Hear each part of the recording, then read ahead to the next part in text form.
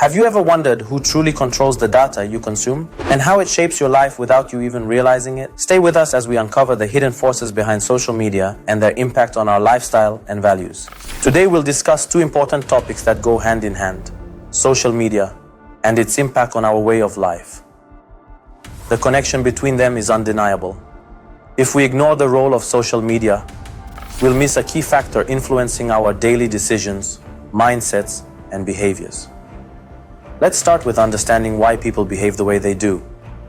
Every action begins with a thought, a belief about what's right or wrong. If you believe something is right, you will do it. If you think it's wrong, you will avoid it. Simple, right?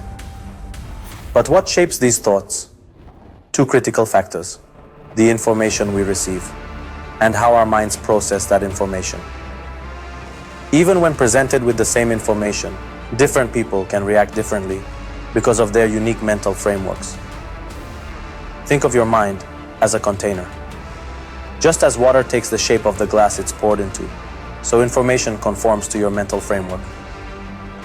These frameworks are shaped by personal values and social norms. Personal values are what you see as good or bad, and social norms are traditions that influence how societies behave. For example, in some cultures, when someone dies, they are cremated. In others, they are buried. Each group may view the other's practice as strange or disrespectful. The event of disposal of human corpses is the same, but mental frameworks create different interpretations. Here's where social media comes in. Imagine you're an engineer, tasked with designing public behavior. You need to control the information people receive and influence their mental frameworks. This is exactly what some powerful entities are doing. They dismantle existing values and replace them with new, often harmful, mental frameworks to align with their own agenda. In 1869, a Jewish rabbi named Rashuron spoke at a Zionist gathering in Prague. He famously said, "If gold is our first power, the press is our second." Why the press?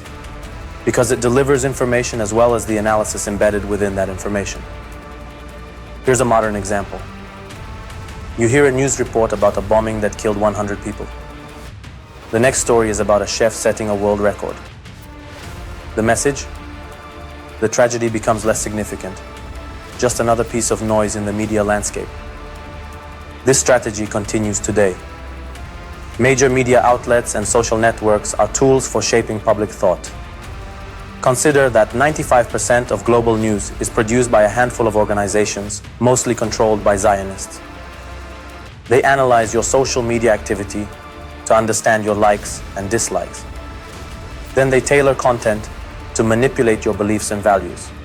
This influence isn't limited to news. It extends to entertainment, movies, TV shows, even children's cartoons. Many of these aim to undermine family structures and promote early exposure to inappropriate content.